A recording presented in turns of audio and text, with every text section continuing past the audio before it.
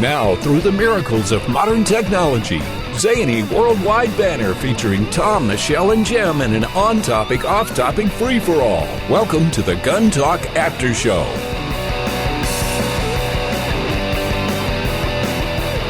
The after show begins now because it can't happen before the show because we couldn't call it the after show then. Funny how that works. Hi, Jim. Hello, sir. How are you? Good. Michelle, have you completed all of your Christmas shopping? Shopping's been done. The wrapping, however. Okay. So you need a designated wrapper. Maybe you could, get LL Cool J to help you out there. Yeah, that'd be great. Whoa! What's that? Dinner and entertainment both, right? There you go. See if he would wrap your presents for you, too. That's there right. you go. It's kind of weird, but hey, how else are you going to do the after show? We have to start weird so we can finish strong and weird.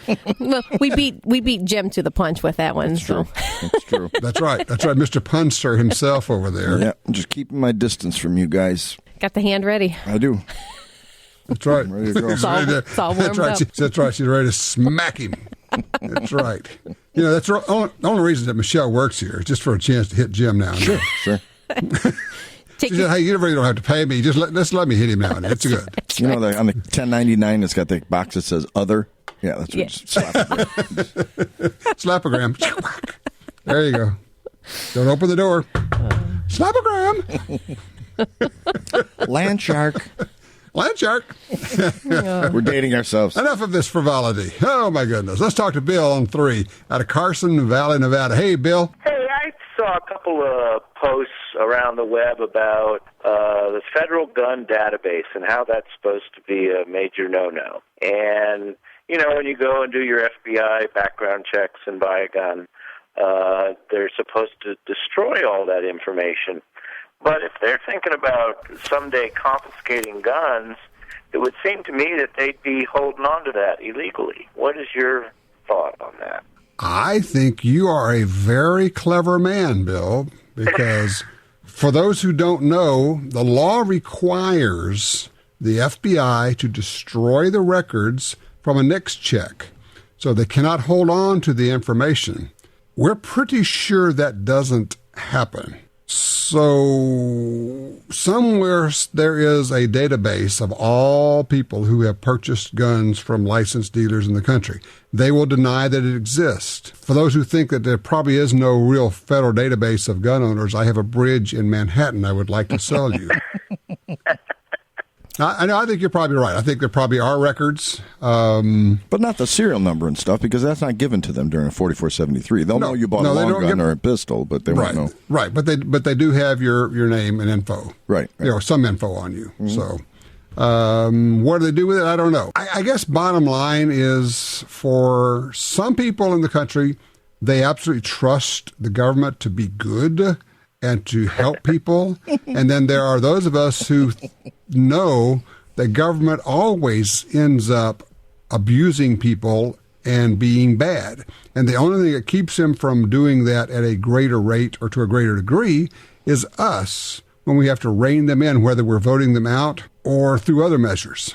Yeah, the conundrum is if they come and say, you have a gun, you can look at them and say, well, how can you know that? Well, unless you're in a place, there are a few states where you really do have to register your guns. Gun registration is prohibited by law on the federal level, but there are some states where you have to register your guns. So in those states, if they come and say, we want to see your 1911 Springfield Armory, this serial number, they have that information. But in other places, my response would be, what gun? What? Exactly. I'm sorry, I don't. What? Well, you bought a gun on such and such. Doesn't mean I still have it. Prove that I have it.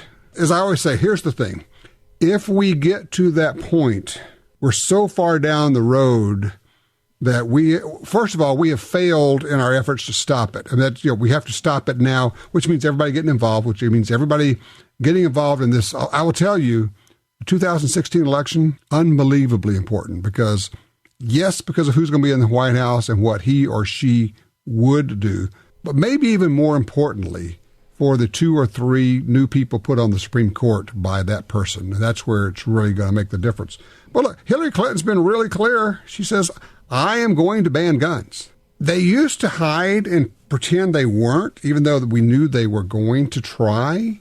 We knew that Barack Obama wanted to ban guns, but he kept saying, no one's going to take your guns away. No, you know what he does? Oh, I love this. He doesn't say, no one's going to take away your guns. He says, no one's going to take all your guns away. If you listen carefully, he uses the word all in there. No one's going to take away all your guns.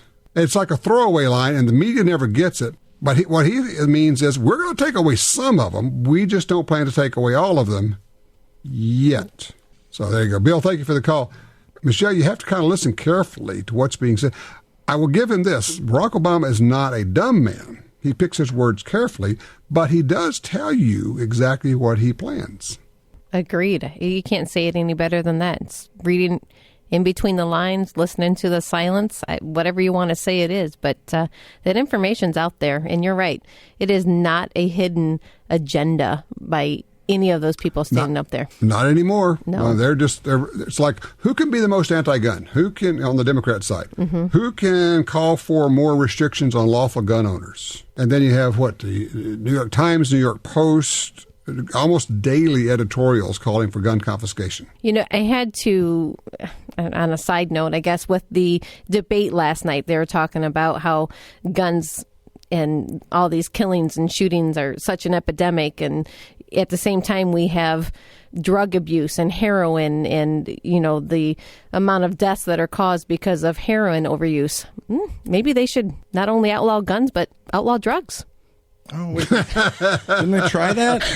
Wait a minute. Well, it works. Oh, wait. Gee, there's an idea. If drugs are a problem, why don't we ban them? Let's make it illegal to have heroin. Yeah, that should stop at day one, I would think. Right. That's working so well, isn't it? All right, let me throw this out. Now, this is one of those squishy areas where everybody gets uncomfortable. If they said, okay, we're going to ban guns and you have to turn them in, what percentage of the public do you think would actually do that? What percentage of the public, or what percentage of the public's guns would they declare? Like, I got 35 guns. Here's 2 of them. There might be the appeasement crowd. So what number are you looking for? Yeah, and and it's more rhetorical than actual numbers. What percentage of the people are just going to say, "Really? You know what? That's the line. That's the one. This is where I now have dubbed you to be an enemy of our country." And I will take whatever action is appropriate to deal with an enemy of our country. So if you want to come take them, just be fully aware that I have declared you an enemy of our country. Have you ever read the books by Matthew Bracken? Enemies, no, Foreign and Domestic. There's 3 of them that I know of. There's 3 of them. The first one, a shooting that happens in a upper deck of a football stadium. And it's obviously not a true story, but it really gets you thinking about items. And I don't want to give away too much of the book, but there's a lot of blackmail, there's a lot of government issues, lots and lots and lots of things that get uncovered. And I think it's an interesting read. Like I said, it's, not a true story, but it definitely gets the thought process going. I think those are... I'm looking at enemies, foreign and domestic, and then foreign enemies and traitors, and then domestic enemies by Matthew Bracken. I know Tom's going to be doing the next couple of days. Yeah, he's got a lot of books to read. Hey, and they've got them in Kindle, so I can just carry them around my iPad. Yeah, that way you can be arrested for what you got on your iPad. So subversive material. But I think it's definitely material that gets you thinking. Where is the smoking gun?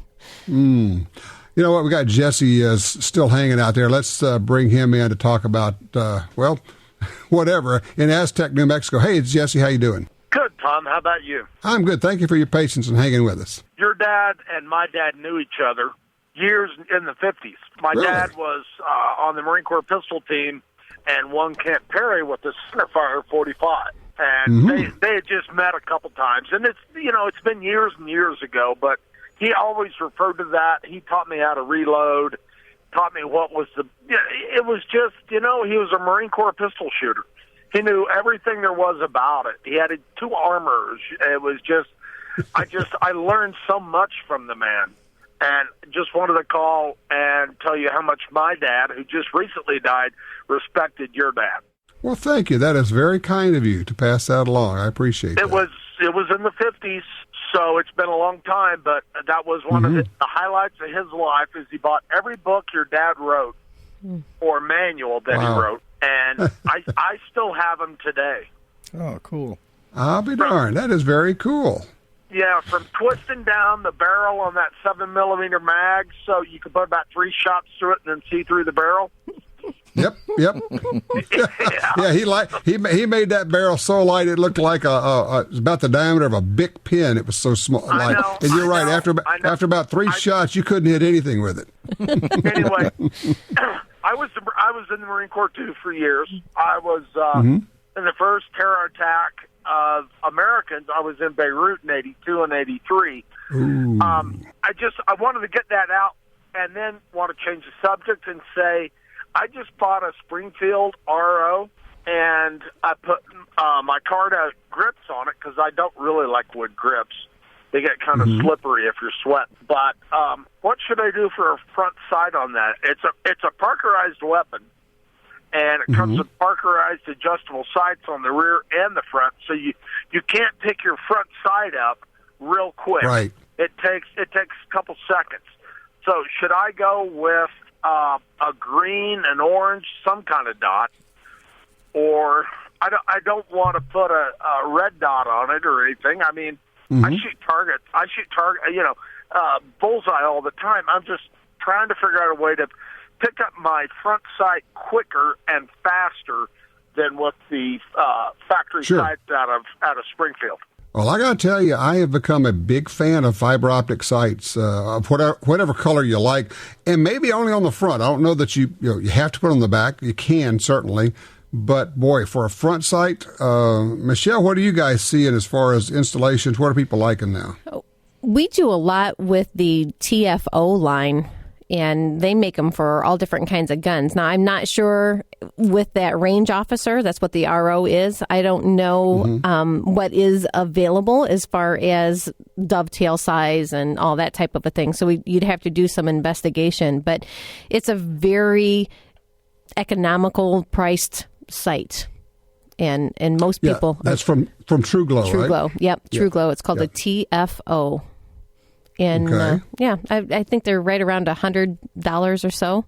And that's for a whole sight set. So if they make just a front sight, that's a good one. Yeah, but I mean, a full set of sights wouldn't be a bad way to go that way. And if you do that, I would definitely go with different colors in the rear and the front. Right. You got your contrast of the red and the green or the orange and the green. Right. We can thank the archery world for that. Yeah, you're right. But you can pick up your sight quickly. And as our eyes age, we need every little thing we can get that helps us pick up the sight. Jesse, I would go with a fiber optic and try that. All right. Well, I live way up in the mountains in New Mexico, just south of Durango. So I'm thinking a green instead of an orange because of the sunlight. Since we are so high up, because you do get a lot of red light through the high altitudes. So, well, the green is probably going to be the brightest looking. It has to do with our rods and cones in our eyes. The green pops. So I kind of like the idea of going with the green anyway. So I would go with that for my front sight for sure. Okay. Well, and the back sights are just like the old Ellison sights on my Gold Cup. So, I mean, they're target guns. It's got a ginormous bull barrel on this thing. It's just, okay. Well, try the fiber optic, see how that works for you, and then let us know how it works out, okay? Okay. Hey, Tom, Michelle, you guys have a great Christmas. I enjoy your show every year, and my love to both of your families. Well, thank you very much. Thank you so much. We appreciate that. And Jim, you're just SOL. Sorry, Jim. Thanks, Jesse. Merry Christmas. Oh, how quickly they forget. Who? Jim who? I'm crushed. Jim, how long have you been producing this show? Coming up on 15 years. Whew. Wow. I was going to say, you'd think after 15 years, you'd be... Get it right? You'd be better at it than you are, actually. Yeah, what can I say? I had a buddy of mine said... He said, Jim, I want to ask you something about guns, and I'm not sure if you can answer it. I said, well, I don't claim to be an expert, so you're probably right. He says, when is the last time you actually threw out an empty jug of milk in the trash?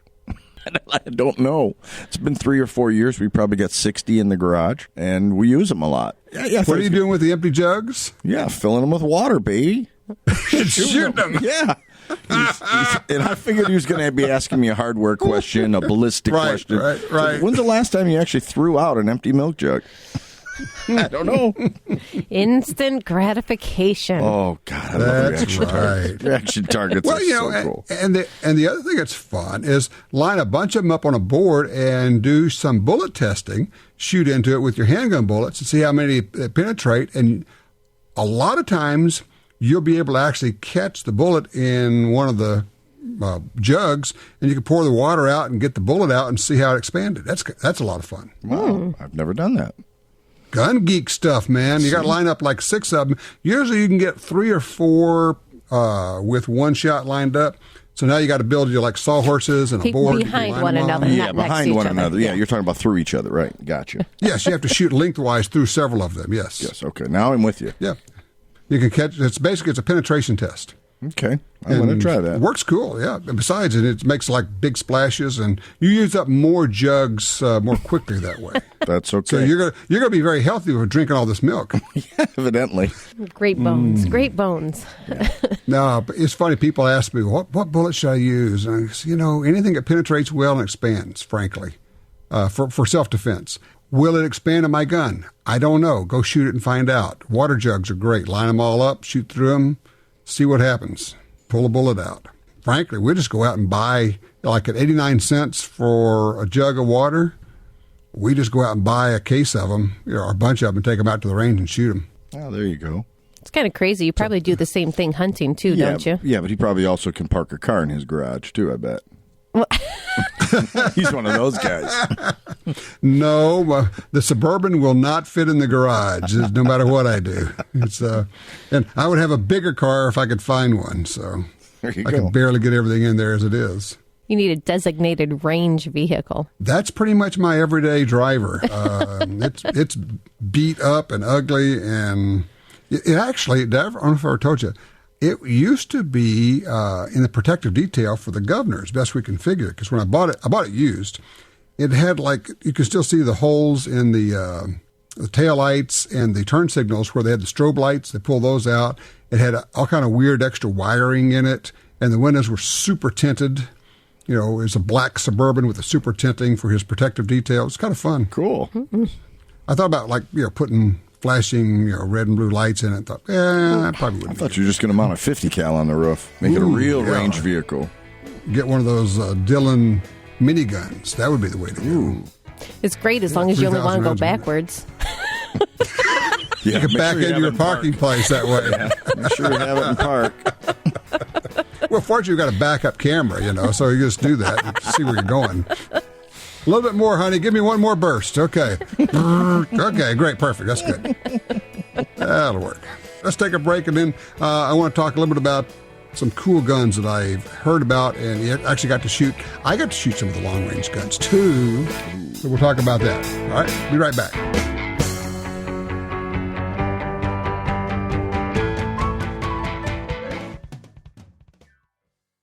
You're at a gun store and your phone tells you about hot deals.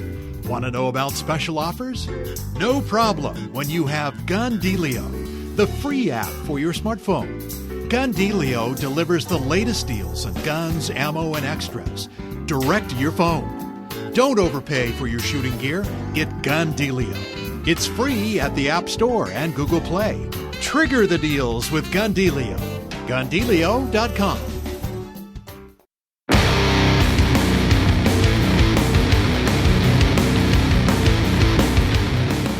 If only you knew what goes on during the breaks. It's almost as crazy as what goes on during the show. So there you go. Yeah, I was able to shoot I didn't get to do the really long range shooting. We were out there, but we had to do some target hits where you take the cameras out, put them next to the targets, and then tell the crew, get far away, run away, run away. And then we shoot them. So this is just for the target hit. So I said, I got to shoot that. So I was shooting the 30 caliber Nosler. What fun, man. We had a good time. You know what it made me realize? I really don't know a lot about that world. That they are making adjustments and doing things that I don't know what they are. So I have to go take a class somewhere. Very meticulous. They have a whole series on that. I mean, they have matches that are only 1,500-yard type events. Pretty wow. Yeah. Well, I mean, shooting at 1,500-yard targets is not difficult. It's the hitting part that's difficult. Good point. Yeah. I mean, yeah, really. It's all in the wording. Were they steel plates, Tom? Yes, we were hitting steel plates, and they had probably targets out to 2,000 yards. Wow. Mm-hmm. It probably had, I would guess, easily 100 steel targets out there. It was an amazing layout. I can't wait to get out there and actually take a class with these guys. Talk about knowing what you're doing. I mean, and I will tell you, it is so much the spider. The spider, you have a language that you develop, and you have certain terms of you're going to hold on, or you're going to hold left, or you're going to favor left, or give me some daylight. They have certain terms, and that way the spotter is actually telling the shooter where to hold by watching the wind. Because the up and down is easy. You just dial, give me 14 clicks or 14 mils or whatever it is. You're dialing it up and down. It's the wind that's the deal. With humidity and In stuff fact, too, but not as much as wind, right? Wind's the big one. Yeah, and they factor that in. They go, okay, altitude, temperature, humidity, and they punch all that in on their computer, which is their iPad or phone. You got this program. That's the science. And then the art part of it is in somebody looking through a spotting scope and watching the wind. You're actually watching this mirage move left and right. And by watching that, they're calling how much to hold left or right. And a couple of times they call for the shot and then say, shooter ready, spotter ready, and then spotter would say, send it. They'd fire the shot, and the spotter would go, oh no, before the bullet ever got there.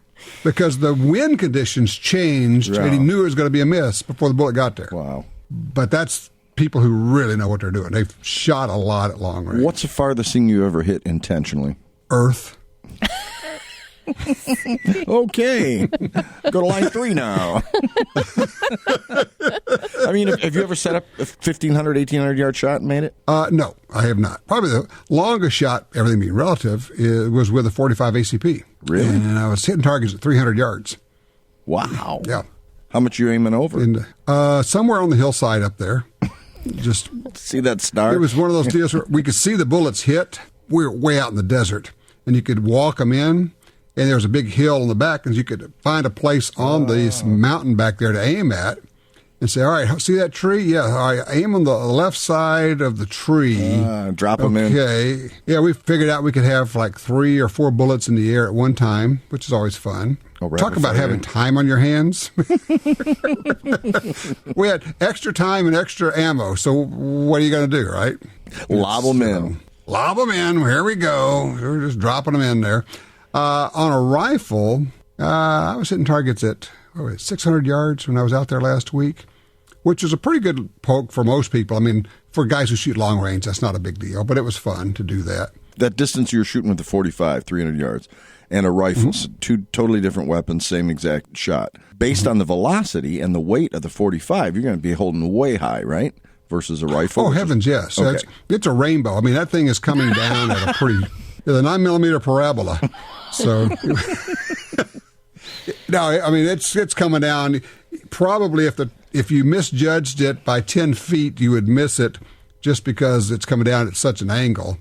But with a rifle, 300 yards is almost point blank for most of these rifles. You would hold almost, well, in fact, you just dial it in. You do hold dead on for your distance, for your elevation. You just adjust your scope. Now, when they get way out there, this is interesting. You actually run out of adjustment in a scope when you're shooting way out. So they have scope mounts that will have like 20 minutes or 20 mils adjustment built into the scope. And now, so you're starting. But with that, you can't shoot at 300 yards because you'd never hit it. You can't adjust it down enough. Wow. So you start at like 1,000 yards and you're going way out with those. It's fun. It's detailed stuff. But we were shooting factory ammo. That's one of the things that... The Nosler ammo, their factory ammo is pretty much like hand-loaded ammo. it's scary accurate. It's kind of like the Black Hills. We always talk about how well that stuff shoots. Mm-hmm. And when you go into the factories and you see it being made, you go, okay, now I get it. I see what you guys are doing. And they say, yeah, but you can't shoot any pictures of that. Yeah, you're right. Mm. When you get to that caliber of ammo, it's going to be more consistent than hand loading, isn't it? I mean, no, we're just talking about bulk ammo? No? Because I know bulk ammo's got variations in it. It's more customized. Right, and then hand loading. But well, it all depends, because hand loading can be somebody sitting there with a Dillon press and just cranking away and making vast quantities of ammo, in which case you're just trying to have ammo. Mm-hmm. Or it can be somebody who is hand loading each round precisely, very, very carefully, the way bench rest shooters. A bench rest shooter might have only 10 cases that he uses for a whole match, because those are the perfect cases. And they reload them at the bench. So they'll shoot their rounds and then they reload them in those cases, because those are the perfect cases for that rifle. It's a whole art form. It's science and art. And like I say, if you really want to go gun geeky, rifles are the place to go. Because, just to give you an idea, one of these instructors, Michael, would say, well, I worked on this rifle and it really wasn't shooting, so I torque tuned it. I said, you did what? Oh, yeah, well, you tighten the front and back action screws to 65 inch-pounds, and then you back off on the back screw and you start shooting it, and you tighten it up 5 inch-pounds at a time, and you can see the group getting smaller and smaller and smaller, and then it'll start getting bigger again, and you know you've hit the sweet spot. That's the kind of stuff I'm talking about getting gun geeky. Wow, that is geeky. Yeah. But, if you're going to be trying to hit something at a mile, where the difference if you were at 100 yards would be 1/10 of an inch or 2/10 of an inch. Mm-hmm. Because at a mile, that's a miss. So you're working on, torque tuning and now, can you torque bullet tune concentricity and things. Can you torque tune a gun that's been bedded? Yes. Well, now, unless it's been glue bedded. Sometimes they'll bed a gun and they'll actually glue the action to the gun. Then it doesn't do much, but right. Oh, absolutely! You're torque tuning everything. You just can't believe the stuff they work on. Thanks. It's quite amazing. Enabler. What I need is another quest, another learning experience. And you can probably go online and look at videos of how to do this. And you know what? There are people who will sell you specific rifles made for that, and the scopes will cost $2,500 to $3,500 just for the scope. You're breaking up, Tom. Yeah, we haven't even talked about rifles or ammo or bullets or loading or the spotter. Or the spotter. Let's throw $1,000 at a spotting scope and the mats and it goes on and on and on. And the bipods and the stuff. What have I always said? There's no such thing as an inexpensive hobby. Not if you want to be precise. Well, because you're going to spend whatever. If you're passionate about it, you're going to spend whatever it takes. Yep. Mm-hmm. Whatever you have. Whatever you can afford, you're going to spend on it. Guilty as charged. Well, that's the fun of the whole thing. So, any guns in your immediate past or future for this holiday season? No, I have my Ruger. What else do I need? Gosh. However, my sister is wanting that handgun. Is she? Yes, she is. What does she want? I took her to the range and had her shoot that little 327 of mine, the little LCR, and yes. She's on the quest too. Boy, she just loved it. It was just I would tell incredible her, thing. sell her the one you're holding for me and then get me another one, but no. See, I mean, you better hustle yourself in there and get that gun out of there. It's allowed to be sold out from under you. Yeah, that might happen. I can't think of anything else right now. I've got a lot of fun things that I like. So now that's good. Now it's purposeful items. Well, and also it comes a time of you need to schedule the time, you budget the time to go shoot them, because all of us do, we end up with more guns than we could shoot all the time, so we just have to go devote more time to it. I did have a client bring me a box of 38 specials as a thank you gift. He was here when I got my Cajun food from you. He said, oh, I guess it's just tradition. All your customers buy you gifts. I said, absolutely. Looking for a long-standing relationship with you, sir. He gave me a box. So rather than bringing cookies, he brings cartridges. Yeah. So, what the heck? I'll always use them. Well, yeah, they don't go bad, and they're always there for you. So you got to be able to shoot it, read it, eat it, or wear it, or it's not worth having. That's right. Or drive it. Okay, drive it. Okay, Michelle, do you have any firearms-related oriented jewelry? No. Because I've seen earrings made of cartridges and different things like that. I didn't know if you. We have them in our store, but I don't own any of them. Nope. Okay, so just a last-minute gift idea for desperate husbands out there. And just a warning, I probably wouldn't do that. I would let her buy it for her because that's going pretty far off the reservation when it comes to jewelry, unless she's a hardcore shooter. I was just going to say, it has to be somebody that's really dedicated to the shooting world. Right. Tom's got some 12-gauge Christmas lights. I do, actually. No, I meant the other Tom. Our other Tom. Oh, okay. And I do. I've got Christmas lights, and it's a string of 12-gauge cartridges in all the various colors that they come in. Tom just gave us a thumbs up. Same thing, yeah. Yeah. They just put the LEDs in those. It's very cool. Cool. I would take one of those shooting tiaras. Oh, there you go. There you go. Now, if you really want to have fun, go out and get a stick, a little branch. It's all, doesn't have any leaves on it. So it's about a foot or two tall, right? Okay. And you mount it in a stand and have it so this little branch is sticking up. It's got little side branches coming off.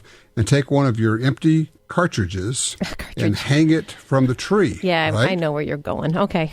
So, all right. Now we have a cartridge in a bare tree. Oh, here, we got him. Smack! boy. If there was ever a cue to stop beating a dead horse. Oh, my God. And Merry Christmas. And a Merry Christmas to all, and to all a good night. You guys be safe. Spend time. I know you're spending time with the family. I don't have to tell you that. Yep. And we will see you on the flip side of all this. See you next year, buddy. That'll work. Take care. Bye, Tom. Take care. Tell your friends about the Gun Talk After Show, a more informal setting featuring Tom, Michelle, and Jim commenting on topics that are important to you.